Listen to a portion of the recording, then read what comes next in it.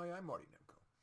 Brian Tracy has written 80 self-help books with a core interest in self-discipline, and he recently distilled his advice on that in a video, 5 Hacks to Improve Self-Discipline This Year. Here are those 5, plus my yes ands and yes buts. First one is he wants us to try time blocking. This is what he says. He says, set aside 15 minutes a day to work on your goal. Treat it as any appointment and show up on time. After 1 month, you will have spent 7 hours on your goal. End quote. Well, the question is how to motivate yourself to do that and to stay with it. Might it help to write it in your daily calendar, say for just 1 day? That's not much of a commitment, and yet maybe it's enough time to help you decide whether it's worth calendaring it again for at least 1 more day. Or, if your goal doesn't feel compelling enough to do even that, maybe you need a different goal. Maybe something bigger, like a change the world goal, or something smaller and more surely doable, like cleaning your home 15 minutes at a time so you can feel better about yourself and thereby be more likely to accomplish other things, or simply so you feel okay about inviting someone over. Brian Tracy's second suggestion for improving your self-discipline is to get an accountability partner. Here's his quote.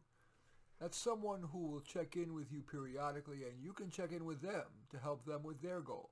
Many of us find it easier to let ourselves down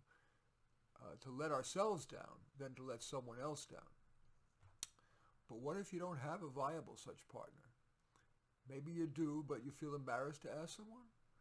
I doubt you'd feel embarrassed if it was co-coaching, that is, you coach each other, and you frame it as something like, we all like to grow, and I believe in co-mentoring.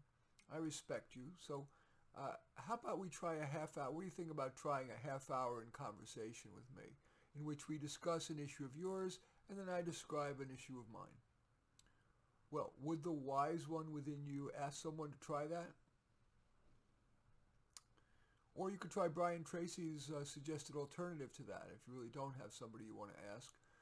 Share your goals with your followers on social media.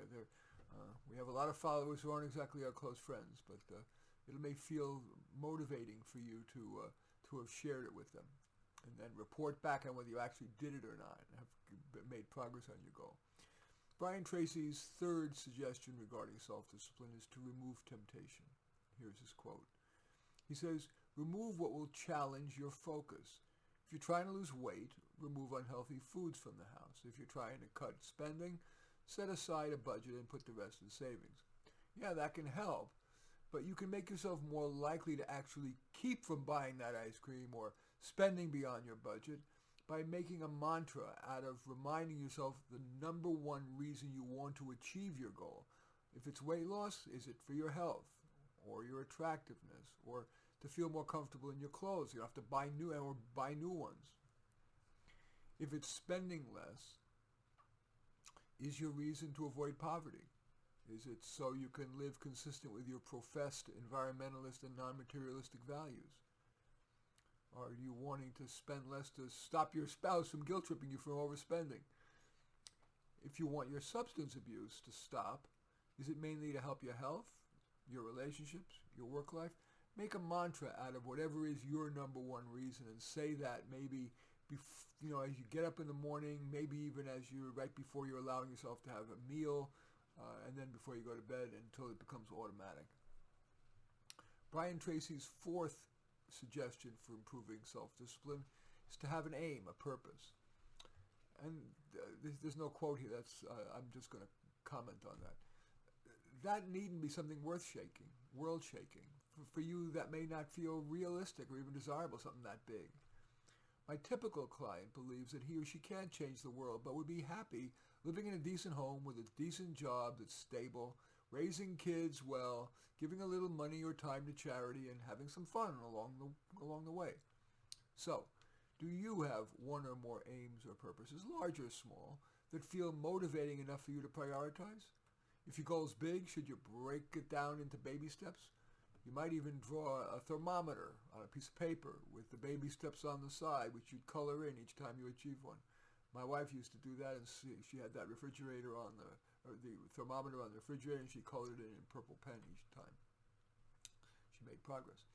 And Brian Tracy's fifth recommendation for improving self-discipline is what he calls eat that frog. And his quote is, tackle your ugliest task, that's what he calls the frog, first. If you start your day with that, the rest will seem easier, end quote. Well, here I'm not sure I quite agree. One size doesn't fit all. Morning people, without a lot of compelling other tasks, might tackle their frogs first, but other people might save their frogs for later in the day when it feels right. Not just whether they're more motivated, but they've got time. The takeaway, it is much easier to listen to this advice, watch me talk, than to follow the advice.